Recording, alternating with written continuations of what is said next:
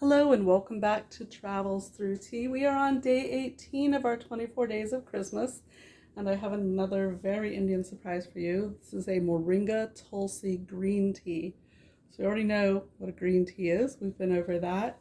And we just went over Moringa in the last little video here. It's been cultivated for centuries in India. It was believed to have antioxidant, anti-inflammatory properties, also aids in blood sugar control, and comes from the pods of the tropical moringa tree. It's said to have a taste a bit like sweet green beans. I definitely felt that the last tea was a little savory. I don't know that it was quite green beans, but definitely had that green flavor to it. Again, I am not a doctor or in any way qualified to validate any of these claims. So there's moringa, there's green. So what is Tulsi? Okay, so Tulsi is a Hindi word, and it means holy basil. That's the westernized name of the plant, a sort of basil plant that it comes from, with very, I guess, violet, purple-colored blossoms, a little bit of a violet or purple tinge to the stems as well. It is considered to be, by naturopathic or homeopathic doctors, the most medicinal herb on the planet, giving you health of body, mind, and spirit, including anti-aging.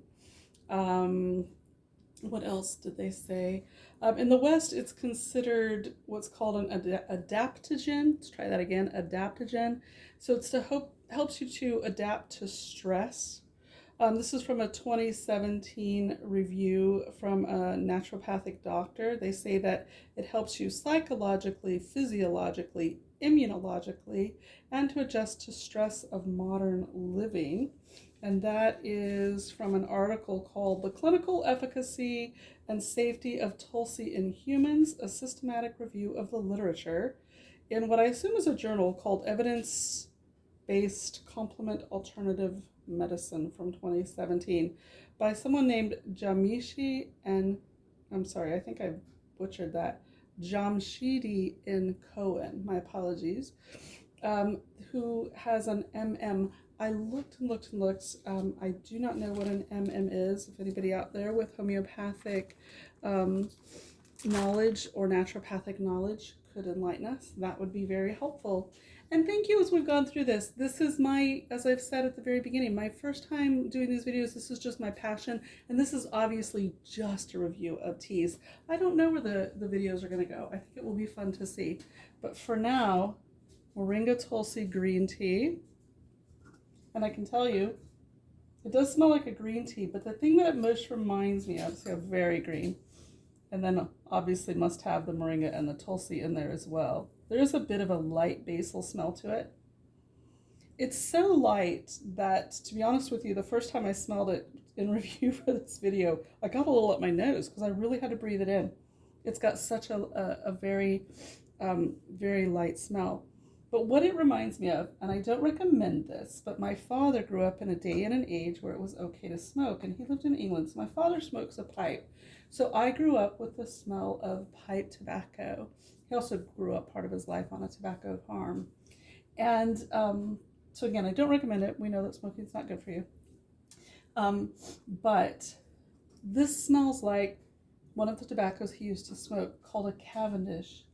Not the deep whiskey, not the deep bourbon. It's not got that really defined smell. It's more like when you walk into an amphora or into a tobacco shop, that kind of light aroma that first hits your nose.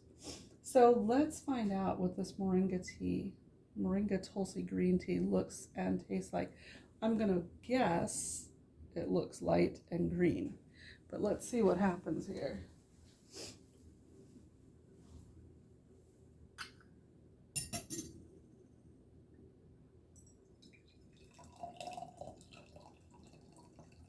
Wow, that's been steeping for some time.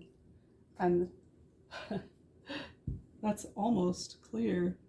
You can see the little bits of tea and basil in there because my strainer has bigger holes. Kind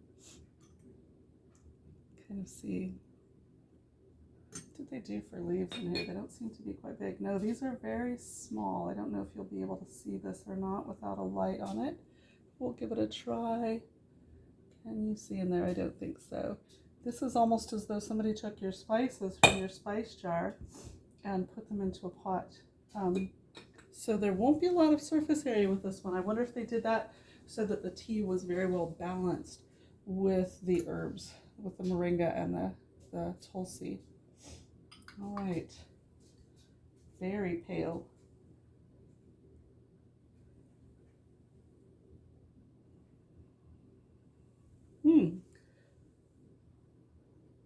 Okay, this is going to sound odd. I'm not a tea sommelier, so the definitions I use probably aren't in their realm of expertise. No, probably about it. They're not. It smells like clean clothes after they've gotten wet in the rain. It's got a damp smell to it, but not that musty, nasty, damp smell. A fresh, damp smell.